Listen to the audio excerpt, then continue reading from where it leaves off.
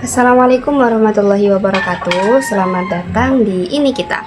Aku Dina Eldiana. Hari ini aku akan membedah sebuah buku karangan Kak Wirda Mansur ya, yang berjudul Reach Your Dream. Buku ini tuh terbit di tahun 2016 ya teman-teman. Nah, penerbitnya tuh Gagas Media dan halamannya tuh ada 216 halaman. Nah, untuk kalian yang nggak tahu Kak Wirda Mansur itu siapa, itu beliau adalah seorang penulis muda, pengusaha sekaligus motivator asal Indonesia ya teman-teman. Kak Wirda itu sejak remaja sudah aktif menulis dan berbicara tentang semangat mimpi teman-teman, serta perjuangan anak muda dalam meraih kesuksesan. Nah, melalui buku-bukunya seperti buku ini, Reach Your Dream, ada lagi Be The New You dan Remember Me, Kak Wirda tuh mengajak pembaca, terutama generasi muda tuh untuk berani bermimpi, tetap percaya diri, serta tidak takut gagal dalam proses menuju kesuksesan. Nah, selain menjadi penulis, Kak Wirda itu juga aktif di dunia bisnis dan sosial ya, konten kreator lebih tepatnya. Sekarang tuh beliau sedang mendirikan dan mengembangkan sebuah pesantren bernama Darul Mansur. Nah, jadi lewat karya-karyanya Kak Wirda ini bukan hanya menulis tentang mimpi, tapi juga menjadi bukti nyata bahwa anak muda Indonesia tuh bisa berkarya, berprestasi, dan menginspirasi dunia. Lalu kenapa aku pilih buku ini buat aku bedah? Ya alasannya karena menurutku buku ini tuh sangat menginspirasi ya, dan bahasanya tuh asik, cocok banget buat Gen Z yang mudah dipahami. Selain itu tuh buku ini cocok banget buat kita semua yang lagi gak yakin sama impian-impian kita. Jadi dengan baca buku ini insya Allah termotivasi. Nah, di bab yang pertama ada Reach Your Dream ya teman-teman. Di bab ini tuh Kak Wirda nulis semua impian-impiannya tuh di suatu buku. Jadi kalau nanti udah ada yang tercapai, dia bakal centangin. Ini itu buat Kak Wirda tuh semangat dan positive thinking kalau impiannya tuh bakal terwujudkan. Karena sesungguhnya setiap impian berhak dimiliki semua orang dan untuk seluruh kalangan. Dan pastikan impiannya itu hanya untuk Allah. Seperti itu kata Kak Wirda. Juga nggak ada yang nggak mungkin asal kita melibatkan Allah. Dan di sini ayah Kak Wirda tuh juga bilang hidup tuh jangan sampai gak tahu ya mau jalan kemana, harus jelas tujuan hidup kita biar kita tuh nggak bingung gitu. Kemudian di sini Kak Wirda langsung membuat sebuah rancangan kehidupan yang menulis di sebuah buku kecil tentang yang akan terjadi di 3 tahun mendatang. Ya Kak Wirda tulislah di situ bahwa dia tuh harus bisa hafal 30 juz di 3 tahun yang akan datang. Aku belum jelasin bahwa Kak Wirda itu hobinya baca Al-Quran ya, karena Al-Quran itu tinggi derajatnya. Barang siapa yang menempel atau dekat dengan Al-Quran itu, dia akan tinggi pula derajatnya, seperti itu. Di bab ini tuh Kak Wirda cerita tentang semua pengalaman susah senangnya Kak Wirda itu saat dia kuliah atau sekolah di luar negeri ya teman-teman. Di poin selanjutnya yaitu Allah dulu, Allah lagi, Allah terus. Nah, di bab ini tuh dijelasin ya kalau kita mau ke luar negeri, sekolah atau kerja atau malah tinggal di luar negeri, itu kuncinya satu, yaitu doa, doa, doa, doa, doa, dan doa. Masalah dikabulkan enggaknya tuh ya pasrahin aja ke Allah gitu. Allah pasti ngabulin guys, pasti banget. Tapi kalau cuma doa aja ya nggak cukup ya. Kita harus menyertakan doa kita itu dengan ikhtiar, dengan usaha gitu. Terus ibadah yang mantep guys, jangan malas gitu. Coba bayangin ada orang tiba-tiba minta uang ke kita ya, tiba-tiba masuk nyelonong ke rumah kita nggak bilang-bilang ya, bad attitude banget kan. Nah gitu gambaran kita ke Allah gitu. Jadi minimal lah jangan malas buat sholat dan juga jangan malas buat ibadah-ibadah yang lain gitu. Intinya kita ingat Allah di setiap sesuatu yang kita lakukan gitu, baik susah, senang, sakit, dan lain-lain. Terus tentang hijab, nah banyak dulu istilah-istilah kayak kerdus, jipon, cadung gitu guys. Buat kalian yang nggak tahu kerdus itu kerudung dusta ya, dimana ini tuh dulu jadi bahan olokan buat orang-orang yang berhijab tapi mencuri gitu, atau berhijab cuma karena pacar dan lain-lain lah gitu, bad attitude lah pokoknya. Terus ada jipon ini jilbab poni ya, kalian tahu lah ya, jilbab tapi rambutnya keluar gitu poninya. Ada juga cadung, cabai berkerudung, pokoknya banyak istilah-istilah buat ngolok-ngolok orang. Nah, kita itu nggak boleh menjudge dan mengolok-olok orang seperti itu guys. Nah kata Kak Wirda, udahlah kita gak usah olok-olok orang. Kalau kita ngeliat orang-orang seperti itu cukup doakan saja semoga cepat kembali ke jalan Allah gitu, cepat sadar gitu. Belum tentu kita yang ngolok-ngolok mereka sempurna kan, dan kita juga nggak tahu apa yang akan terjadi di suatu saat nanti. Takutnya orang yang ngolok-ngolok itu Jadi lepas kerudung yang diolok-olok itu lebih syar'i kan, kita nggak tahu gitu. Cukup doakan saja, yang penting kita berhijab karena Allah gitu. Jadi jangan mudah menjudge orang ya teman-teman. Terus kalau kita suka ke orang nih ya, suka ke orang. Nah, suka ke orang itu boleh-boleh aja. Tapi jangan sampai berlebihan dengan cintanya kita kepada Allah. Kita boleh suka ke orang tapi kita nggak boleh berlebihan gitu guys. Jangan pacaran juga. Kalau memang benar cinta, langsung nikah aja guys, gak usah pacaran. Intinya orang yang benar-benar cinta ke kita itu, dia gak bakalan buat kita terjerumus ke hal-hal yang maksiat dan yang dibenci Allah gitu. Kan pacaran dibenci Allah guys, takutnya terjerumus ke zina gitu. Kalau ada orang yang kita cinta tapi malah membuat kita jauh dari Allah, tinggalkan aja gitu. Dan jangan lupa kita tuh melakukan sesuatu itu harus berdasarkan dan menyertakan Allah guys di setiap saat gitu. Jadi kita nikah itu juga karena Allah. Terus kita dianjurkan untuk berzikir, mengingat Allah. Kita bisa dengan beristighfar, bersolawat, dan lain-lain. Allah itu gimana ya, baik banget ya Allah, baik banget. Kita istighfar aja, dosanya kita dihilangin gitu. Intinya dosa kita, walaupun segede gunung-gunung gitu ya guys, Allah bakal ampuni seluas lautan gitu. Jadi tetap selalu ingat Allah ya teman-teman di setiap saat. Jangan sampai kita tuh lupa, dan jangan sampai kita ingat Allah cuma di keadaan kita yang susah atau kita sakit pas ingat Allah gitu. Jangan, di setiap saat kita harus ingat Allah dimanapun dan kapanpun. Berzikir guys, gak rugi kalian berzikir, berpahala loh gitu. Selain itu juga kita bisa diampuni dosa-dosanya gitu, seperti itu. Nah, di poin selanjutnya adalah keluarga tak akan pernah tergantikan. Kita pasti sadar ya berapa faktor seorang tumbuh dan berkembang itu tuh juga sifat-sifat dan karakternya tuh terbentuk dari keluarga ya.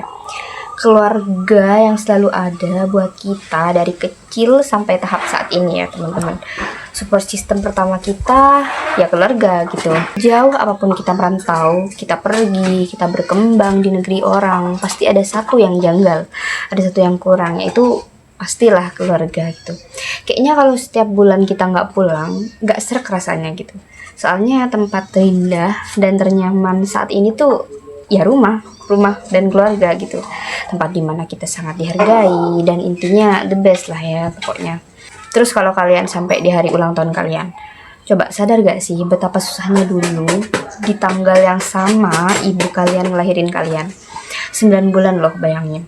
Tapi ibu kita ya gak minta apa-apa dari kita. Mereka tuh cuma mau anaknya sukses, fisabilillah, jadi orang yang berguna buat semua orang gitu.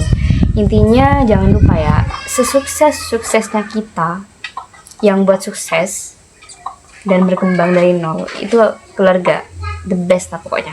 Poin selanjutnya adalah when someone hates you. Nah menarik nih, ini tentang ketika ada orang yang membencimu gitu.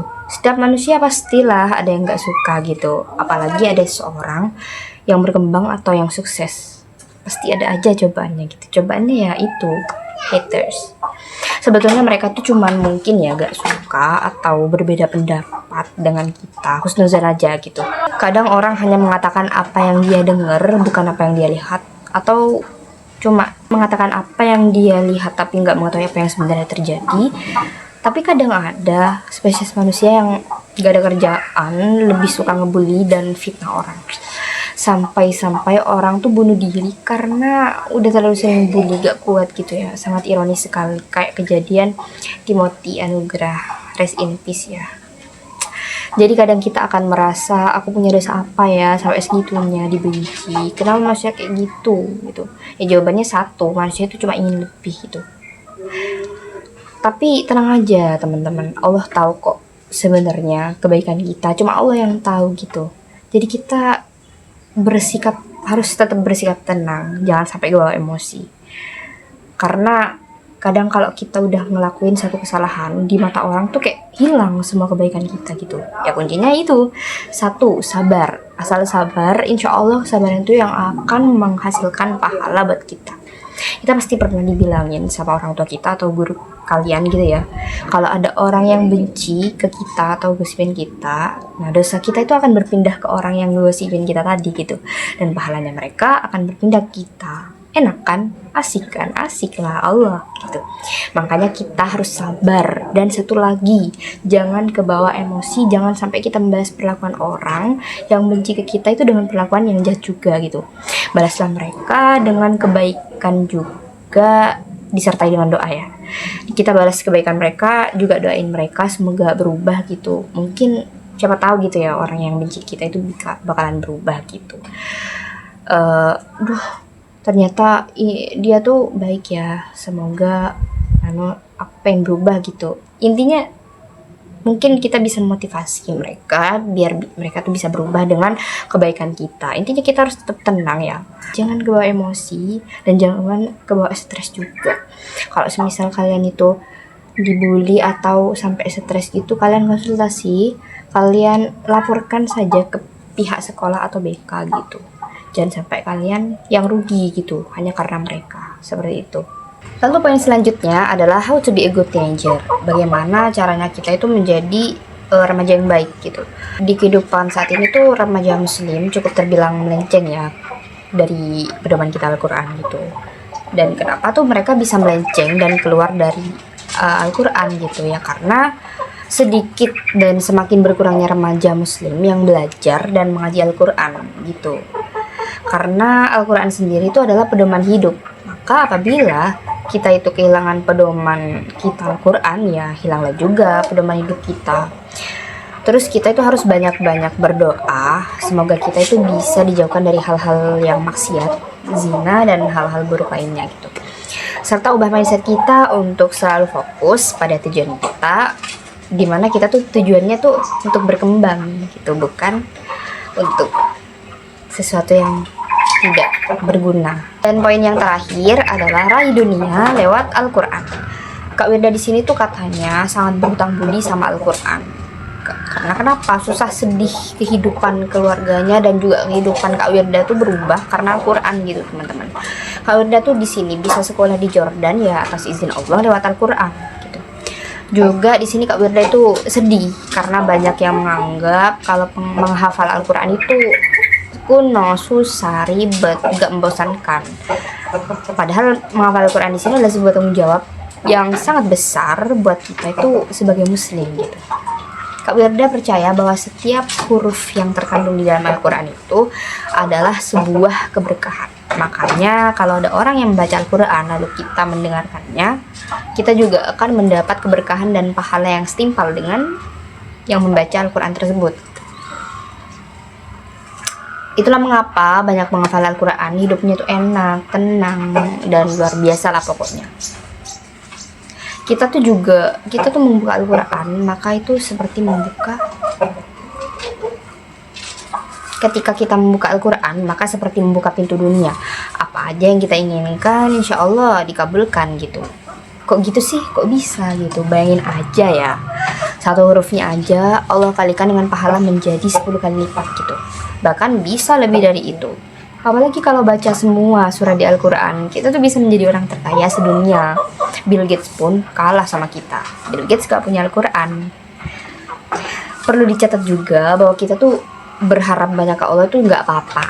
Justru memang begitu seharusnya. Yang gak boleh itu kalau kita berharap banyak pada manusia dan bergantung kepada manusia. Karena ujung-ujungnya bakalan sakit hati ya kita. Lalu ada alasan, semisal ya ada alasan gitu, aku nggak hafalin Al-Quran ya karena aku sibuk gitu. Nah, niatnya ini harus benar dulu teman-teman. Karena kalau udah niat, mau sibuk apapun tuh kita ngafalin tuh nggak akan jadi alasan kok, nggak akan jadi masalah gitu. Jadi kesimpulan yang bisa kita dapetin dari buku ini bahwa kita itu nggak boleh meremehkan Al-Quran. Kita harus percaya pada Allah, kita harus ingat Allah setiap saat. Kita selalu berdoa banyak-banyak supaya kita itu bisa impian kita tuh bisa terwujudkan. Mungkin segitu dulu video bedah buku dari saya. Ya kurang lebihnya saya mohon maaf karena saya tuh hanya manusia yang selalu salah dan nggak sempurna gitu. Ya mungkin kalau ada yang benar-benar dari perkataan saya itu murni dari Allah gitu. Wassalamualaikum warahmatullahi wabarakatuh.